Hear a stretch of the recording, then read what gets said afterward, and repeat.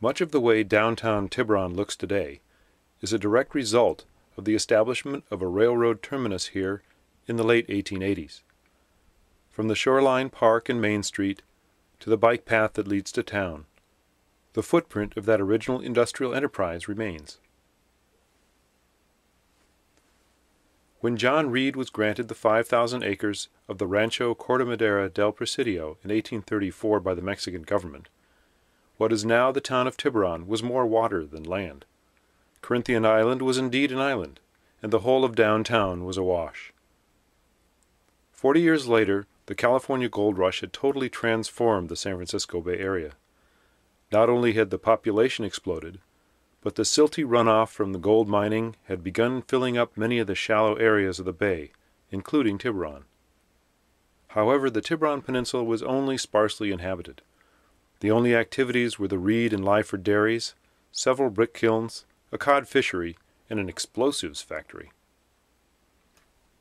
Everything changed when the railroad magnate Peter Donahue decided that Point Tiburon would be the perfect place for a ferry terminal to connect to his San Francisco and North Pacific Railroad lines, which ran up through Marin and Sonoma counties.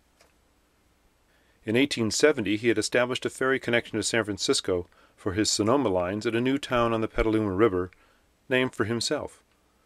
Although the town of Donahue grew into a bustling community with machine shops, warehouses, a hotel, and many residences, the long ferry ride was never very popular.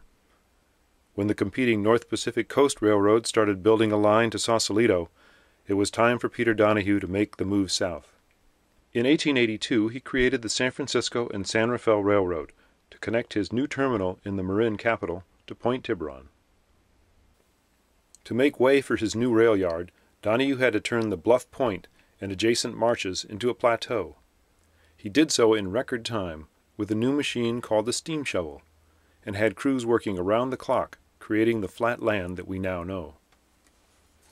This photo from about 1883, a year into the work at Point Tiburon, shows what the Marin Journal reported in November of that year. This point has made a grand advance. The waterfront has a fine ferry slip, long wharf, tracks, a depot, machine shops, a store, boarding houses, etc., part of which have already been built, and all of which will be by spring. To bring a rail line from San Rafael to Tiburon, Donahue would spend nearly $700,000, because the line needed 3 tunnels, extensive low trestles over marshes, and a dramatic high trestle at Trestle Glen. The railroad first went through the 1,000-foot Cal Park Tunnel, coming out at what is now Larkspur Landing, where it crossed the Corte Creek via a 90-foot drawbridge. The track then crossed over marshland on a low trestle before reaching solid ground near today's Village at Corte Shopping Center. A second tunnel of 1,900 feet went through the base of Ring Mountain, parallel to what is now Highway 101. The rails emerged into daylight close to the site of Kol Shafar Synagogue before hooking east past the new Reed Station and along the pastures of the Big Reed Dairy Ranch, which is now where Bel Air School is. A final 600-foot tunnel came out above the site of today's Belveron and launched onto a massive trestle, which crossed the marshlands which we now call Blackie's Pasture. The last 2.5 miles were an easy run along the picturesque Richardson's Bay, nearly all of which was made into the multi-use path in 1970.